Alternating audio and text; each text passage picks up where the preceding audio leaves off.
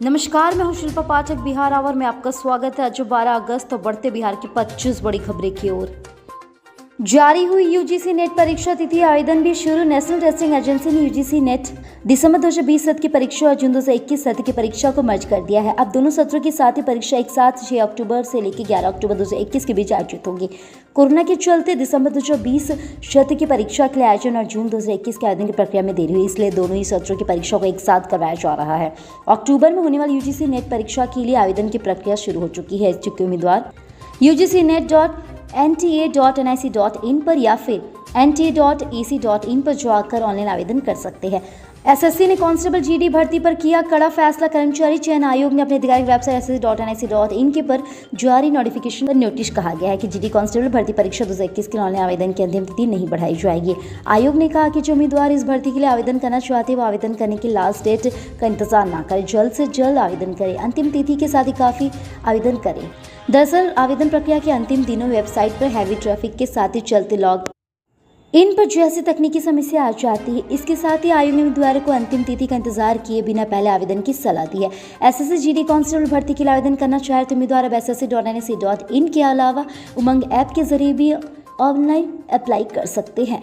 IAS की free coaching के लिए जामिया ने शुरू की आवेदन प्रक्रिया। अगर आप सिविल सेवा परीक्षाओं की तैयारी करना चाहते हो तो लेकिन कोचिंग पर होने वाले खर्च को लेकर आप अगर चिंतित है तो आपके लिए अच्छी खबर। जी हां, जामिया मिल्लिया इस्लामिया सिविल सेवा परीक्षक निःशुल्क तैयारी कराता है। इसके साथ ही जामिया ने योग्य व इच्छुक उम्मीदवारों से आवेदन आमंत्रित किए जा रहे हैं। इस फ्री कोचिंग सुविधा में जामिया न केवल प्रारंभिक परीक्षा की तैयारी कराता बल्कि मुख्य परीक्षा में तैयार किया जाता है। हालांकि यह सुविधा अल्पसंख्यक, अनुसूचित जाति, अनुसूचित जनजाति महिलाओं के लिए सिविल सेवा परीक्षा के लिए मुक्त आवासीय कोचिंग के लिए आवेदन की प्रक्रिया 10 अगस्त से शुरू हो गई है, जो 6 सितंबर तक विश्वविद्यालय तकनीकी वेबसाइट पर जारी रहेगी। फ्री कोचिंग पाने के लिए उम्मीदवार को लिखित परीक्षा और इंटरव्यू देना होगा। इसके लिए एप्लीकेशन फीस के रूप में 750 रुपए का भुगतान करना होगा। रेलवे में निकली ग्रुप सी पद पर नौकरियां। वेस्टर्न रेलवे के साथ रिक्रूटमेंट सेल ने स्पोर्ट्स कोटा के तहत ग्रुप सी के विभिन्न पदों पर भर्ती के लिए ऑनलाइन आवेदन करने का आमंत्रित किया। इच्छुक उम्मीदवार आरसी की आधिकारिक वेबसाइट rsi.wr.com पर जाकर ऑनलाइन आवेदन कर सकते हैं। आवेदन जमा करने की अंतिम तिथि 3 सितंबर 2021 है। वेस्टर्न रेलवे स्पोर्ट्स कोटा के तहत कुल 21 पदों पर भर्ती की जाएगी। रेल उपलब्धियों के साथ प्रशिक्षण मूल्यांकन के साथ साथ उम्मीदवार की शैक्षणिक योग्यता के साथ ही आधार पर भर्ती की जाएगी। पदों के लिए 18 से 25 वर्ष की आयु के उम्मीदवार आवेदन कर सकते हैं। आपको बता दें कि सभी पद अनारक्षित यानी भर्ती में ओबीसी, एससी, एसटी वर्ग के उम्मीदवारों के लिए कोई आरक्षण नहीं होगा। भारत में 24 घंटे में 38,000 कोरोना मामले, कम हुए एक्टिव केस। भारत में कोरोना की तीसरी लहर के बाद अब असर भले ही कम हो गया लेकिन तीसरी लहर का खतरा बराबर बना हुआ है। हालांकि पिछले 24 घंटे में देश भर में कोरोना के 38,353 मामले सामने आए। रिकवरी रेट भी बढ़कर 97.35% हो गई। स्वास्थ्य मंत्रालय के मुताबिक देश में फिलहाल कोरोना के 3,40,351 एक्टिव केस है। 140 दिनों में ये सबसे कम एक्टिव केस है। देश में टीकाकरण का काम भी तेजी से हो रहा है। भारत में अब तक 50 करोड़ से ज्यादा लोगों को वैक्सीन लगाई जा चुकी है, जिसमें 11 करोड़ लोग टीके की दुगने डोज ले चुके हैं। साथ ही देश को 8.3% जनसंख्या को कोरोना का टीका लगाया जा चुका है। कोरोना ने फिर दी दस्तक। अब गया जिले के हर दिन मिलने लगे कोरोना पॉजिटिव मरीज। जी हां, कोरोना संक्रमण की संभावित तीसरी लहर के खतरों में हल्के में पाने वाले जरा सावधान हो जाए। कोरोना का खतरा अभी भी पूरी तरह से नहीं चला। बीते कुछ दिनों से जिले में हर दिन कोई ना कोई संक्रमित मिल रहा है। मंगलवार को कोष प्रखंड के सिंधुआरी गांव की एक 28 साल की महिला संक्रमित हो गई। इसे रैपिड एंटीजन जांच रिपोर्ट पॉजिटिव आई है। इसके साथ ही इस माह में नीमचक, बथानी, डुमरिया, बगैरी, गया से एक महिला की जांच रिपोर्ट पॉजिटिव मिली है, जबकि शेरघाटी और गुरुआ में एक पुरुष की रिपोर्ट पॉजिटिव आ चुकी। इस माह में अब तक 6 लोग संक्रमित मिल चुके हैं। ऐसे में जरूरी है कि अब आमजन मास्क पहनकर निकले। मुख्यमंत्री नीतीश कुमार पटना में करे घाटों का मुआयना। गंगा के जल स्तर में तेजी से बढ़ोतरी हो रही है। जी हां, नए इलाकों में पानी फैल रहा है। इसको लेकर सीएम नीतीश कुमार बुधवार को जलस्तर का जायजा लेने पहुंचे। वे कंगन घाट, गांधी घाट आदि पहुंचकर नदी के जलस्तर का जायजा लिया। अधिकारियों से स्थिति पर चर्चा की। इन्होंने कहा कि गंगा जलस्तर लगातार बढ़ता ही जा रहा है। इसको देखते हुए हालात का जायजा ले रहे सीएम ने कहा कि 2016 में अब ने बड़ी तबाही मचाई है। उसको देखते जिला प्रशासन को तैयारी के निर्देश दे दिए गए। सड़क मार्ग से निकले सीएम ने पटना सिटी के कई घाटों का जायजा लिया। इस क्रम में वे बास घाट, गांधी घाट, कंगल घाट आदि पर गए। उनके साथ जन संसाधन विभाग के मंत्री संजय झा समेत आपदा प्रबंधक के मुख्य सचिव, कमिश्नर, डीएम आदि भी मौजूद थे। इस दौरान सीएम बाढ़ प्रभावित लोगों की समस्याओं भी सुन रहे थे। बिहार की 12,000 लड़कियों को सरकार देगी तोहफा, हर एक को मिलेगी 50,000। बिहार में मुख्यमंत्री कन्या उद्यान योजना के तहत राज्य की 12,000 स्नातक पास अविवाहित लड़कियों के बैंक के खाते में डीबीडी के माध्यम से प्रोत्साहन राशि जल्द भेजी जाएगी। जी हाँ, इसके लिए शिक्षा विभाग के स्तर से कन्या उद्यान योजना क्रियान्वयन में तेजी लाई जा रही है, बल्कि और अभ्यर्थियों को शीघ्र प्रोत्साहन राशि उपलब्ध हो सके, इसके लेकर उनके आवेदनों निष्पादन की प्रक्रिया लगातार मॉनिटरिंग की जा रही है। शिक्षा मंत्री विजय कुमार चौधरी ने बुधवार को इसकी जानकारी दी। उन्होंने बताया कि मुख्यमंत्री कन्या उद्यान योजना में चालू वित्त वर्ग में 200 करोड़ रुपए का प्राविधान किया है। अभी 30 करोड़ रुपए की निकासी हो चुकी है। जरूरत पड़ने पर राशि की निकासी की जाएगी ताकि इंटर स्नातक पास करने वाले अविवाहित लड़कियों को क्रमशः 25,000 रुपए 50,000 रुपए का भुगतान जल्द कराई जा सके। बिहार पुलिस और बीएसएफी के 12,500 सिपाहियों की ट्रेनिंग शुरू। बिहार पुलिस के 12,500 से अधिक सिपाहियों का प्रशिक्षण राज्य के 24 केंद्र पर शुरू हो गया है। इसमें नवयुक्त 5574 पुरुष और 1465 महिलाएं सिपाहियों के साथ बिहार विशेष सशस्त्र पुलिस में नियुक्ति 1550 महिला 1366 पुरुष शामिल है। इस दौरान नए सिपाही को कानून के साथ फिटनेस की भी सीख दी जा रही है। शारीरिक स्वास्थ्य के साथ मानसिक स्वास्थ्य के लिए योग भी कराया जा रहा है। केंद्रीय चयन 65 की ओर से अप्रैल माह में 11,880 सिपाहियों की बहाली की गई। इस सिपाहियों का प्रशिक्षण जुलाई में सम्मिलित है, मगर कोविड की वजह से अब तक 9 अगस्त तक शुरू हुआ है। इसके अलावा करीब 800 पुराने सिपाही भी जिन्हें ट्रेनिंग नहीं ली पाई है, अभी सभी बैच में प्रशिक्षण दिया जा रहा है। समस्तीपुर गंगा और वाया नदी में उफान से तबाही। विद्यापति नगर के 12 वार्डों का टूटा जनसंपर्क। गंगा की सहायक वाया नदी के जलस्तर में लगातार हो रही वृद्धि के विद्यापति नगर की 4 पंचायतों के 12 वार्ड के लगभग 10,000 की आबादी पानी से गिर चुकी है। जी हाँ, जलस्तर में हुई वृद्धि से 4 पंचायतों के 12 वार्ड का प्रखंड मुख्यालय से सड़क का संपर्क टूट गया है। वहीं प्रबंधन के साथ प्रभावित परिवार जान माल की सुरक्षा के लिए उच्च जगह की तलाश में जुट गए हैं। निचले भाग में पानी भरने के साथ ही मवेशियों के ठहराव वाले हिस्सों में जल जमा होने के कारण किसान अपने जानवरों को अंत्यंत ले जाने को विवश हो गए हैं। वहीं जलस्तर में वृद्धि से लोगों का बाजार से संपर्क टूट गया है। लगातार जलस्तर बढ़ने से प्रखंड के 4 पंचायत के कुल 12 वार्ड प्रभावित हो गए हैं। लालू यादव ने दी जनगणना बहिष्कार की धमकी। बिहार में जातीय जनगणना की मांग को लेकर रोज बयानबाजी हो रही है। कभी राष्ट्रीय जनता दल तो कभी सत्तारूढ़ दल जनता दल यूनाइटेड ने नेता मांग करे हैं। वहीं भाजपा ने इस मामले पर चुप्पी साध रखी। बुधवार को आरजेडी सुप्रीमो लालू प्रसाद यादव ने सोशल मीडिया के जरिए एक बार फिर से मांग की है। लिखा है, जनगणना के जिन आंकड़ों से देश की बहुसंख्यक आबादी का भला नहीं होता था, फिर जानवरों की गणना वाले आंकड़ों का क्या हम अचौआ डालेंगे। साथ ही चेतावनी देते हुए कहा कि अगर 221 जनगणना में जातियों की गणना नहीं होती है तो बिहार के अलावा देश के सभी पिछड़े अति पिछड़े के साथ ही दलित और अल्पसंख्यक की गणना का बहिष्कार कर सकते हैं। 1.5 साल बाद पैदल आवागमन के लिए खुला भारत नेपाल का जोगबनी मुख्य बॉर्डर। भारत नेपाल के बीच जोगबनी का अंतर्राष्ट्रीय सीमा को 1.5 साल के बाद खोला गया। हालांकि अभी केवल पैदल जाने वाले के लिए सीमा खुला है। इसके साथ ही बॉर्डर पर चहलकदमी बढ़ गई है। लंबे अरसे के बाद खुले जोगबनी मुख्य बॉर्डर से लेकर दोनों देशों की सीमा क्षेत्र के लोगों ने राहत की सांस ली।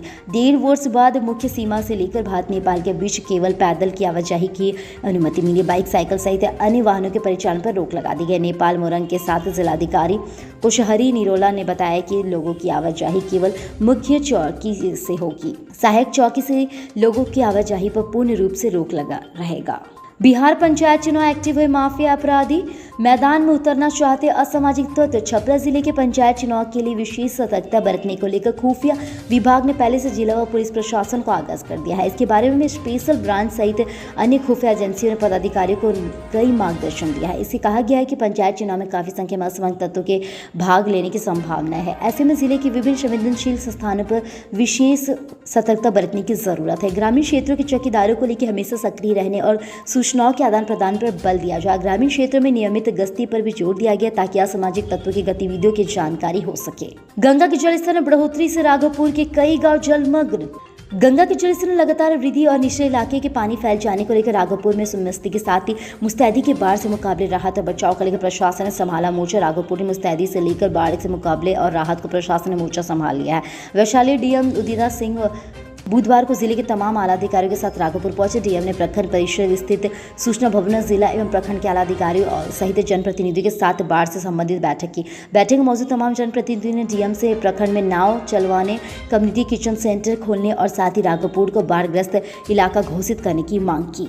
3 दिन से लापता दूरदर्शन न्यूज़ के पत्रकार मनीष की हत्या। बिहार के पूर्वी चंपारण में दूरदर्शन न्यूज़ चैनल के पत्रकार मनीष की हत्या कर दी गई। हत्यारों ने गला रेत कर पत्रकार को मौत के घाट उतार दिया। फिलहाल घटना का कारण नहीं पता चला। पुलिस मामले की जांच में जुट गई है। पहाड़पुर थाना क्षेत्र के बदुआहा निवासी पत्रकार मनीष का शव अरसिद्धि थाना क्षेत्र के मजलोहियार गद्दी टोला चंपर से बरामद किया गया। मनीष 3 दिन से घर से लापता थे। मनीष की हत्या की खबर सामने आते ही इलाके में सनसनी फैल गई। हरसिद्धि व पहाड़पुर पुलिस हत्या की गुत्थी सुलझाने में जुटी है। अरेराज डीएसपी संतोष कुमार ने बताया कि आरोपी की गिरफ्तारी सीसीटीवी फुटेज के आधार पर कर दी गई है। मामले की जांच कर उचित कार्रवाई की जाएगी।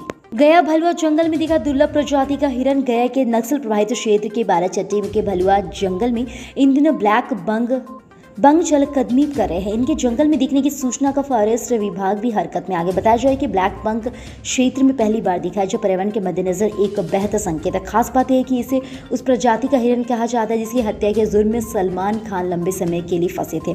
मंगलवार दोपहर से बुधवार सुबह तक इस जंगल में अब तक 2 से 3 बार ब्लैक बंग दिखा है। इसकी पुष्टि वन विभाग के क्षेत्रीय अधिकारी और कर्मी भी कर। वन विभाग का कहना है कि इस प्रजाति के हिरण इस क्षेत्र में अब तक नहीं देखे गए, लेकिन बीते 2 दिनों में इस क्षेत्र में दिखा जाए। इस जिले में जंगल के साथ ही सुखद खबर है। डीएफओ अभिषेक सिंह का कहना है कि दुर्लभ प्रजाति का हिरण पहली बार भलुआ के जंगल में देखा गया है। यह चीतल संबर को दिखते हैं, जो ब्लैक बंग नहीं है। उन्होंने बताया कि इसका संरक्षण और गिनती कराई जाएगी। सीवान कभी भी धंस सकता है। बिहार यूपी को जोड़ने वाला पुल। करोड़ों की लागत सीवान शहर के बीचों बीच से गुजरने वाली दाहा नदी पर 10 साल पहले बना पुल कभी भी गिर सकता है। दरअसल आज बुधवार को पुल ऊपर से हल्का धंस गया था, जिस कारण जिला प्रशासन तत्काल कार्रवाई करते बड़ी गाड़ी के संचालन पर रोक लगा दिया। ट्रैफिक पुलिस के जवान ब्रिजलाल ने बताया कि पुल का हालत सही नहीं है, जिससे ऊपर से धंस गया है, जिससे बड़ी गाड़ी को रोक लगा दी गई। यहाँ तक कि पिकअप को भी आने वाले नहीं दिया गया है। अब सड़कों के स्वास्थ्य की भी चिंता। मंत्री ने कहा फ्लाईओवरों पर बनेगा हेल्थ कार्ड। बिहार सरकार भी इंसान के साथ राज्य की सड़कों और फ्लाईओवरों के स्वास्थ्य को भी लेकर संदिग्ध है। बिहार में सड़कों और फ्लाईओवरों की देखरेख के लिए हेल्थ कार्ड बनाया जाएगा। पथ निर्माण मंत्री नितिन नवीन ने यह अहम जानकारी दी। उन्होंने कहा कि हेल्थ कार्ड बिहार के इंफ्रास्ट्रक्चर के लिए मील का पत्थर साबित होगा। मंत्री ने कहा कि राज्य के सभी छोटे बड़े पुलों का हेल्थ कार्ड बनाया जाएगा। आने वाले वर्षों में विभाग की यह संपत्ति होगी, क्योंकि हेल्थ कार्ड में पूरी जानकारी होगी कब बना, क्या क्या परिवर्तन लाए गए, भविष्य में क्या परिवर्तन लाने और क्या बदलाव करने हैं। इससे पुलों व सड़कों पर लाइफ क्लेम ज़्यादा होगा। शाहनवाज हुसैन बोले औद्योगिक क्षेत्र के रूप में होगी सुपौल की पहचान। आने वाले दिनों में सुपौल की पहचान औद्योगिक क्षेत्र के रूप में होगी। जी हाँ, ये कई छोटे बड़े उद्योगों की स्थापना की जाएगी। सुपौल औद्योगिक के साथ ही क्षेत्र में आगे बढ़े, इसके लिए काम किया जा रहा है। उक्त बातें बिहार सरकार के उद्योग मंत्री शाहनवाज हुसैन ने कही। वे बुधवार को उद्योग लगाने के लिए बियाजा से प्राप्त करीब 93 एकड़ जमीन का मुआयना करने सदर प्रखंड पहुंचे थे। मंत्री ने कहा कि सुपौल के उद्योग की काफी संभावनाएं हैं। कहलगांव बिजली संयंत्र पर हमले की आशंका। गृह मंत्रालय के देश पर हाई अलर्ट। गृह मंत्रालय के देश पर स्वतंत्रता दिवस के मद्देनजर देश की सबसे बड़ी ऊर्जा कंपनी एनटीपीसी लिमिटेड के कहलगांव पर फरक्का बिजली संयंत्र में हाई अलर्ट घोषित कर दिया। आधिकारिक सूत्रों ने बुधवार को बताया कि देश के विभिन्न हिस्सों में सरकारी तत्वों के हमले की आशंका के मद्देनजर केंद्रीय गृह मंत्रालय ने देश पर बिहार और पश्चिम बंगाल स्थित एनटीपीसी की कोयला आधारित कहलगांव और फरक्का वृहद बिजली संयंत्र की सुरक्षा बढ़ाते हुए केंद्रीय औद्योगिक सुरक्षा बल के द्वारा 24 घंटे गश्ती अभियान चलाया जा रहा है। Patna Jaynagar intercity express special train 15 अगस्त से यात्रियों को राहत। पटना से हाजीपुर, मुजफ्फरपुर, समस्तीपुर के रास्ते जयनगर को जाने वाली 0554905550 इंटरसिटी एक्सप्रेस को 15 अगस्त से पुनः बहाल किया जा रहा है। SC/ST एक्ट के बढ़ते लंबित मामले पर गृह विभाग सख्त। गृह विभाग ने SC/ST अधिनियम के तहत दर्ज मामलों में तेजी का निर्देश जारी कर दिया। हाल ही में अभियोजन निदेशालय के अभियोजन निदेशक की अध्यक्षता में विभिन्न जिलों के विशेष लोक अभियोजन के साथ ही आयोजित समीक्षा बैठक के साथ निर्देश दिया गया। SC/ST एक्ट के तहत दर्ज मामलों को जजसज्ञ अपराध को लेकर सजा दिलाने की प्रक्रिया तेज करनी होगी। लेकिन विशेष लोक अभियोजन के जघन्य मामलों में सजा जल्द पूरी करने के लिए DM और SP के स्पीडी ट्रायल का अनुरोध करना होगा। भारी बारिश के आसार। अगले 4 दिनों तक घर से संभल कर निकले। मौसमी प्रभावों के कारण अगले 4 दिनों तक राज्य के कई हिस्सों में गर्जन के साथ मध्यम व भारी बारिश का पूर्वानुमान है।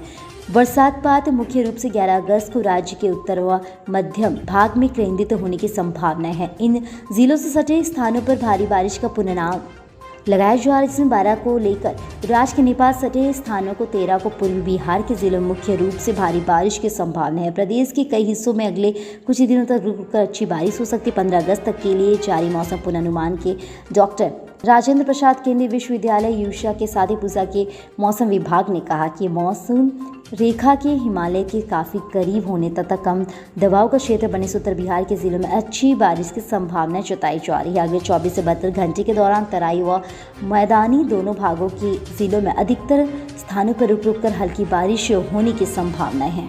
पाचन को ठीक रखना चाहती है तो इन 5 आदतों को आज से ही अपनाएं। आपकी बॉडी की स्ट्रांगनेस आपके खान पान पर निर्भर करती है। आप खान पान बॉडी में कैसा पचता है वो पाचन पर निर्भर करता है। पाचन को मजबूत बनाने के लिए हमारी खाने पीने की आदतें और वर्कआउट दोनों उपयोगी है। अगर आपको सीने में जलन, कब्ज, स्टूल के साथ ब्लड आना, भूख कम लगना या फिर अपच की शिकायत है तो समझ जाइए कि आपका पाचन तंत्र ठीक से काम नहीं कर रहा है। आपने पाचन तंत्र को स्वस्थ रखने के साथ दुरुस्त करने के साथ उन उपायों को जल्द से जल्द अपनाएं। पाचन तंत्र को ठीक रखने के लिए आप खाली पेट सुबह गर्म पानी करके उसमें नींबू डालकर पिए। नियमित रूप से एक्सरसाइज करने से आपका पाचन दुरुस्त रहेगा, साथ ही भोजन आसानी से पचेगा। बाहर के खाने में कैलोरी की मात्रा अधिक होती है जो वजन बढ़ाने में मददगार है। बाहर के खाने में मसालों का अधिक इस्तेमाल होता है जो आपके पाचन को बिगाड़ सकता है। अच्छी सेहत के लिए घर का बना सादा और सुपाच्य भोजन काफ़ी है। अपनी डाइट में ऐसी चीज़ों को शामिल करें जिनमें फाइबर भरपूर मात्रा में पाई जाती है। फाइबर का सेवन करने से पाचन तंत्र ठीक रहता है। पाचन तंत्र ठीक करने के लिए आप सुपाच्य भोजन करें। इसमें आपको एक निश्चित रूप पर खाना खाना होगा और बाकी समय फास्टिंग करनी होगी। इसमें आप सीमित मात्रा में खाते हैं और भोजन के साथ ही वजन की कंट्रोल में भी रहती है। कल हमारे द्वारा पूछे गए सवाल के जवाब आप में से बहुत सारे जिसने हमें कमेंट करके दिया उसके लिए आपका बहुत बहुत धन्यवाद। आप में से जिन यूजर्स के जवाब अच्छे लगे उनके नाम हैं ओनकर सिंह, मनीष शर्मा, संगीता राय और टुनटुनो झा, कोमल चौधरी। आप हमारे सवाल का जवाब देते रहे, हम कल आपका नाम लेने की पूरी कोशिश करेंगे। तो चलिए बढ़ते आज के सवाल के। आज का सवाल कुछ इस प्रकार है, क्या राज्य में विधि व्यवस्था की स्थिति बिगड़ी है एवं अपराध में वृद्धि हो रही है?